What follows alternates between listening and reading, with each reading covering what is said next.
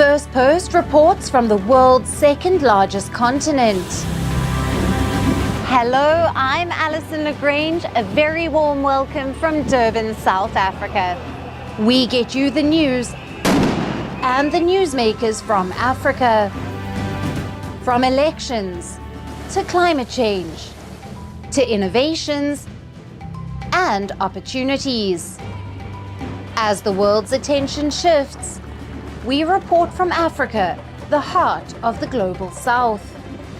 Join me every weekday live on Firstpost.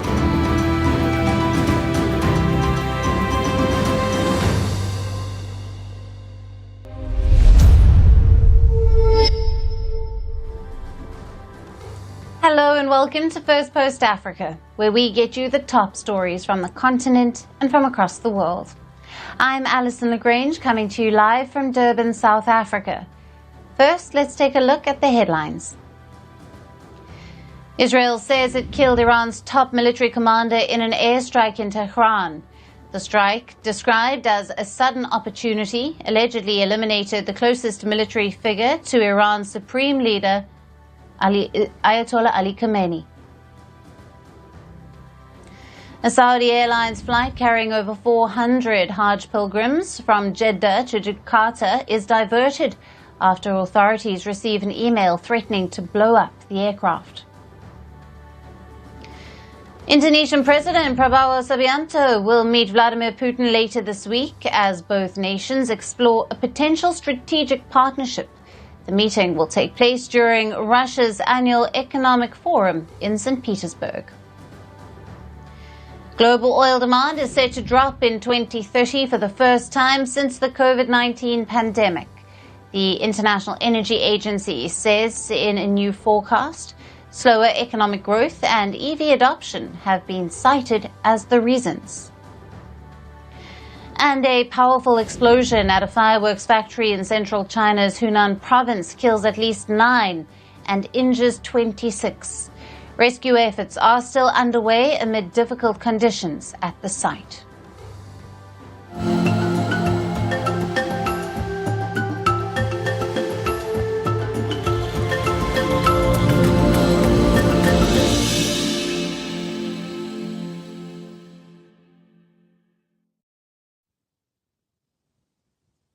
Hello and welcome. Let's take a look at our top story. The Israel-Iran conflict is reverberating far beyond West Asia, including across Africa. In a significant move, Ghana has become the first African nation to shut its. It has emphasized that the closure was necessary to safeguard Ghanaian lives amid the escalating hostilities between Iran and Israel. In addition to shuttering its embassy, Ghana has begun a full-scale evacuation of its nationals from Iran. The government says all diplomats, students, professionals and other citizens are being repatriated, primarily via land routes through Iran's western borders. Meanwhile, Ghana's diplomatic presence in Tel Aviv has been scaled down to the barest minimum. Officials say with Israeli authorities declaring a state of emergency and closing all borders, an evacuation is not possible now. However, they are exploring the special authorization of Israeli authorities. While no exact figure has been stated for Iran, Ghana's foreign minister says that around 922 Ghanaians currently living in Israel. These include 65 Ghanaian students studying in 6 Israeli universities. The minister has confirmed that there are no Ghanaian fatalities or injuries in the conflict. Even as it acts on the ground, Ghana is calling for calm. In an official statement, Accra urged both Iran and Israel to pursue diplomacy and to honor international law, invoking the UN Charter as the guiding framework for peace. Back home, President Mahama also warned of the economic blowback of the conflict. He has highlighted rising global crude oil prices. He said that Ghana, like many African countries, could face domestic economic strain due to the energy market volatility triggered by the conflict. These remarks come as several other African nations express growing concern over the ripple effects of the Israel-Iran escalation, particularly on trade, oil prices, and regional security. While Ghana is among the first on the continent to take formal evacuation steps, the move may prompt international alarm over the risk of a wider regional war, one that could reach far beyond West Asia and into the global economic and diplomatic order. Now, for more on this, we have with us Adib Sani, a foreign policy and security analyst, joining us live from Accra in Ghana. Thank you for being with us. Thank you so much for having me. Now, Adib, what specific threats or developments in the Israel-Iran conflict have prompted Ghana to shut down its embassy in Tehran at this point? Well, it is the responsibility of every country to ensure the safety of its citizens, whether they are home or abroad. In conflict situations, accidents do happen. When NATO bombed Yugoslavia, the Chinese embassy was mistakenly hit.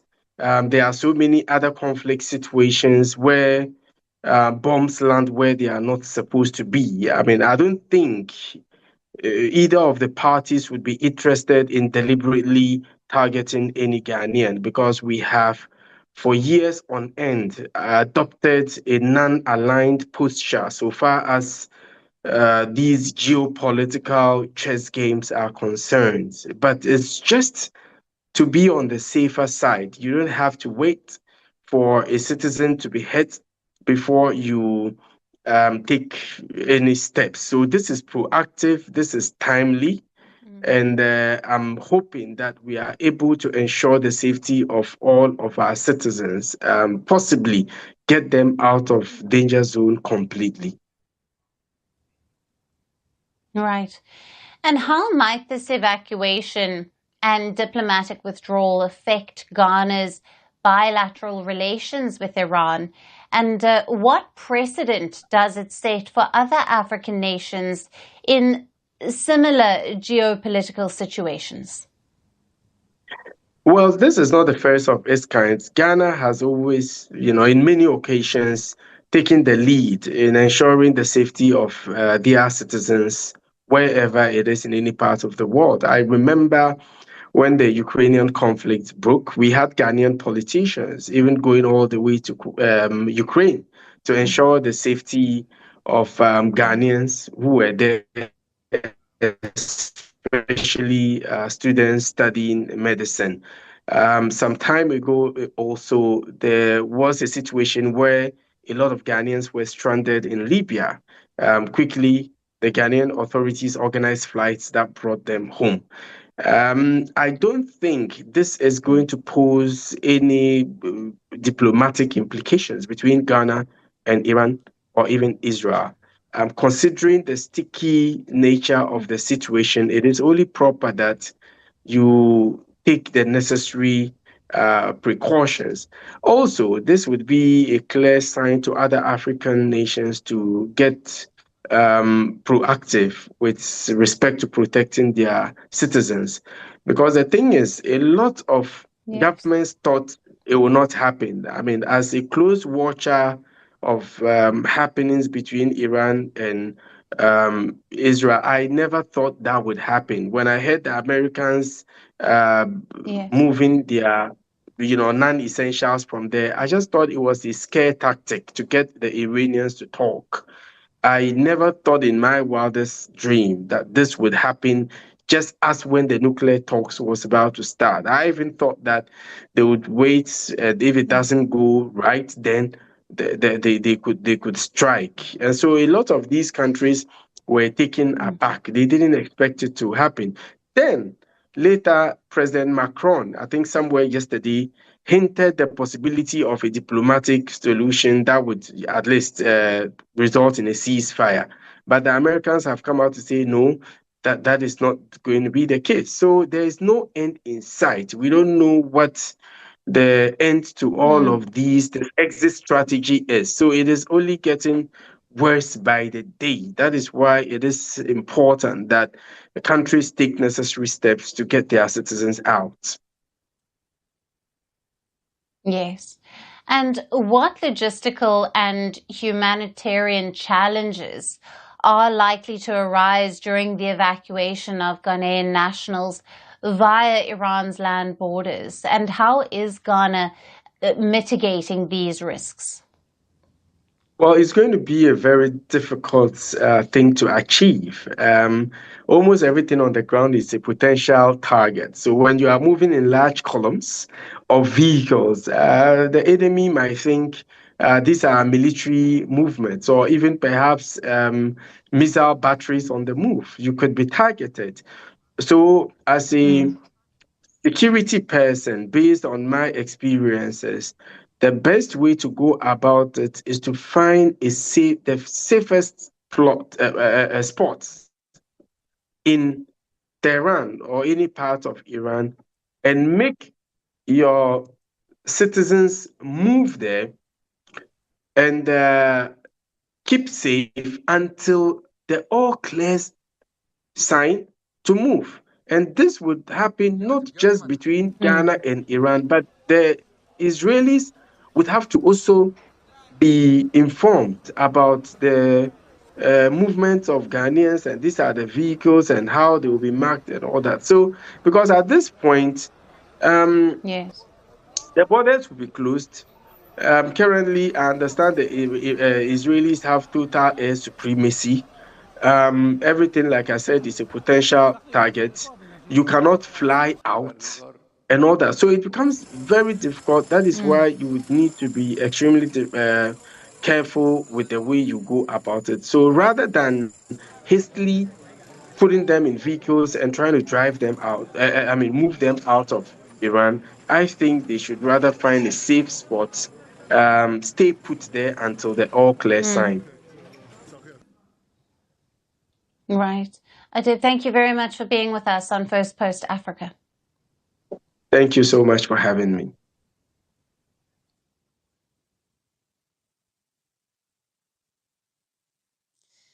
And moving on now to developments from Kenya, just days after massive protests erupted over the death of a Kenyan activist in police custody, the country's deputy police chief has now stepped down. Now, Deputy Inspector General Eliud Kipokech Lagat has announced his resignation. Now, following the death of 31-year-old blogger and activist Albert Ojwang. Ojwang was arrested earlier this month over a series of social media posts in which he accused Lagat of corruption and misconduct.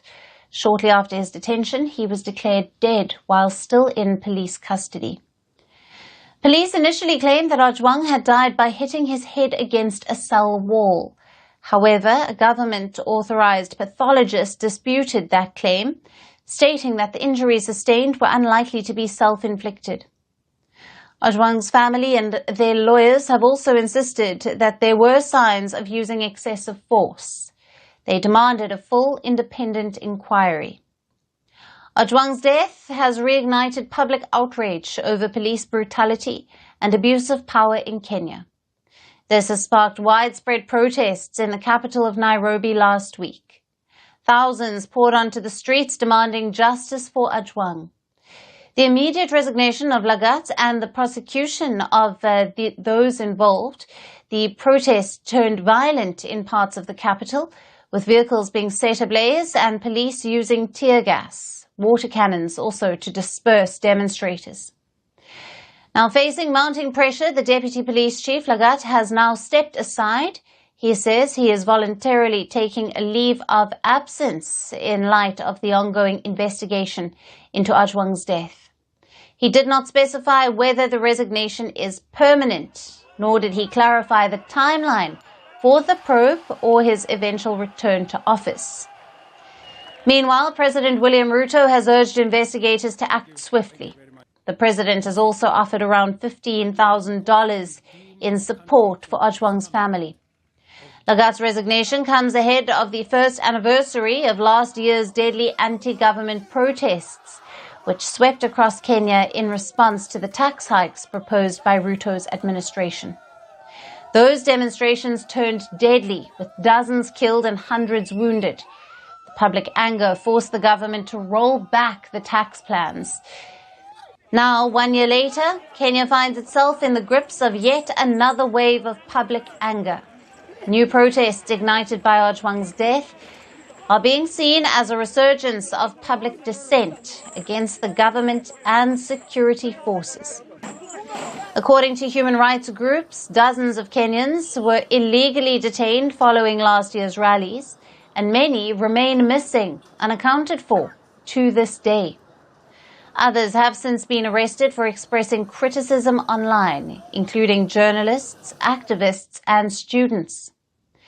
There are now growing calls for a wider investigation into police conduct, government accountability, and civil liberties in Kenya.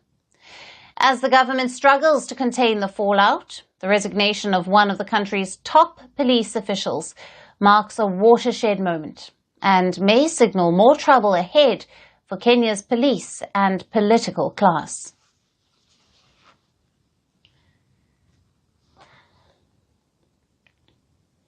In Zambia, a funeral is not personal, it's political, especially when it's of a former head of state.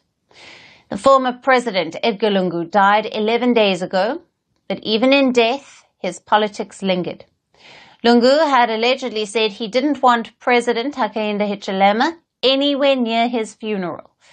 Lungu served as president from 2015 to 2021, and even after losing power, he remained a central figure. After he passed, there was a row over his funeral. Where should the body go? Who should speak? How should citizens mourn? Where should they mourn? Is there a state funeral? Where is the state funeral? You see, there was immense confusion, and it was a political gridlock. Now, after days of negotiations, the standoff has made some headway. The Zambian government and Lungu's family reached a settlement. And so here is what is going to happen. A chartered plane will be arranged. On Wednesday, Lungu's body will be flown to Lusaka, that's the capital.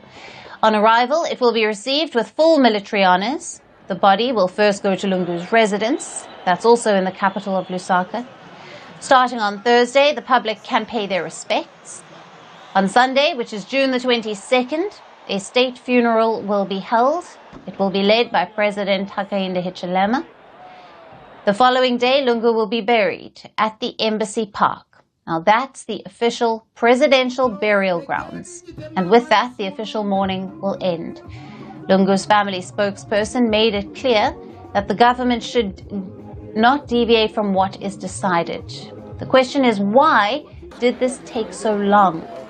Here's a quick backstory. As we told you, Lungu led Zambia for 7 years, between 2015 and 2021. He was being treated in South Africa. The illness hasn't been disclosed. After he passed, a wave of uncertainty crept in. According to his family, Lungu had left strict instructions on his funeral. They claimed the president shouldn't be remotely there anyway, and that's President Hichilema, who is also the political rival of Lungu. The government, however, moved ahead with their own plans. They planned a state funeral, and that created the row and sparked the confusion. Additionally, there was also an odd showdown over the condolence book. There were 2 venues declared. The government set up an official book at the State Lodge, and Lungu's party rejected that and insisted mourners sign theirs, which was set up at the party's headquarters. So for days, the negotiations were on. Behind closed doors, Lungu's family and the ruling government huddled to find a common ground. Lungu's ties to politics were complicated. After losing his grip on power, he disappeared from the political arena, but he wanted to be president again. However, last year, Zambia's constitutional court barred him from contesting elections. Lungu claimed that he was harassed by police. He alleged he was blocked from leaving the country, but authorities deny his claims. So the rift between him and Hichilema never healed, and even in death, that showed. Now, Zambia has finally decided how he will be laid to rest. even though it took a lot to get there.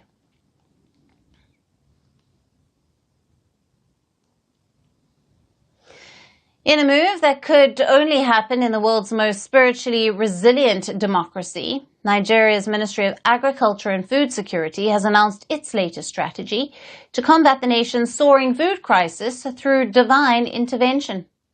Staff across the ministry have been officially invited by memo. They have been asked to fast and pray for 3 consecutive Mondays, all in the hopes of invoking heavenly assistance in solving the country's food shortages. Now, the viral internal circular dated the 11th of June and signed by the ministry's Director of Human Resources calls on directors, assistant directors, value chain officers, and just about everyone in the building to join a half-hour solemn prayer session. Now, the prayer session will be held in the ministry's headquarters in Abuja, and the theme: Divine Intervention for Protection and National Development. And just to clarify, this is a real government policy. Facing criticism, the ministry later clarified that the prayer initiative isn't an official policy to tackle food insecurity, but it is rather a staff wellness activity comparable to aerobic exercises or medical checkups. You know, some stretch, some chant, and some call the heavens to fix food prices.